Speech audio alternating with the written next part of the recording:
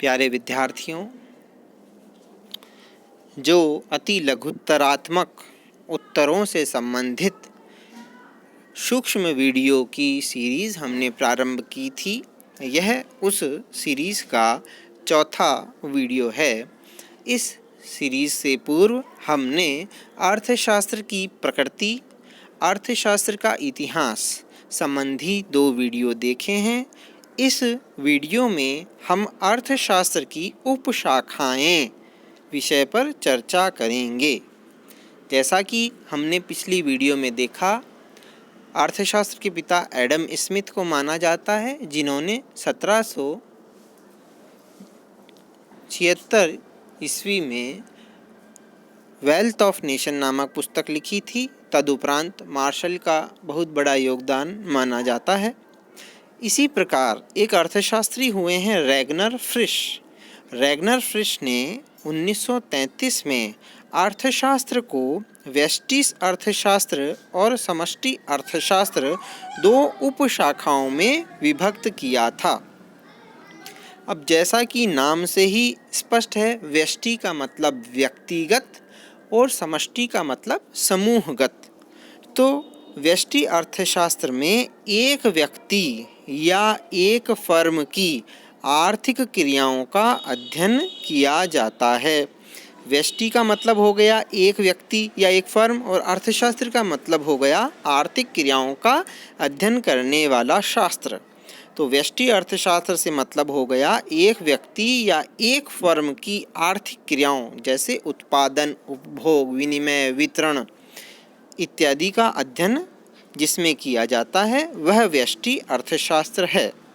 इसी प्रकार समष्टि अर्थशास्त्र में संपूर्ण अर्थव्यवस्था की आर्थिक क्रियाओं का अध्ययन किया जाता है।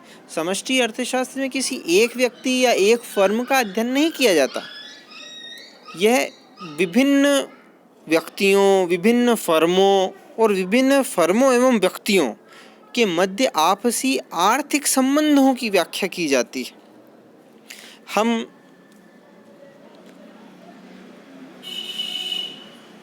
गार्डनर एक्ले का वह उदाहरण देख सकते हैं, जब वो कहते हैं कि एक पेड़ का अध्ययन करना व्यष्टि अर्थशास्त्र है, जबकि पूरे जंगल का अध्ययन करना समष्टि अर्थशास्त्र है। वहाँ पर वह एक बात बताते हैं कि जो जंगल है वो केवल पेड़ों का समूह मात्र नहीं है।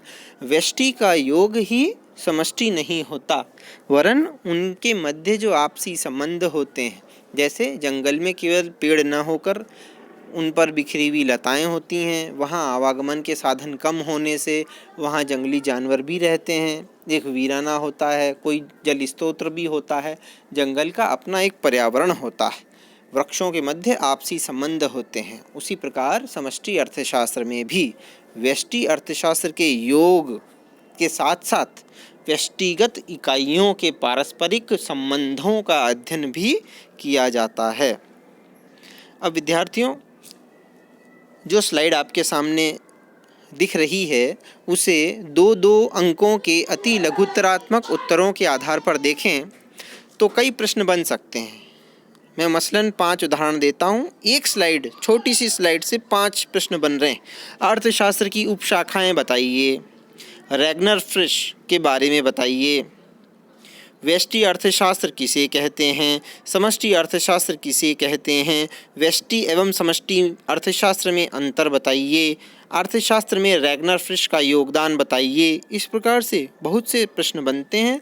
इन सारे प्रश्नों का उत्तर इस छोटी सी स्लाइड में आपके पास है। आशा है यह आपके लिए उपयोगी सिद्ध होगा।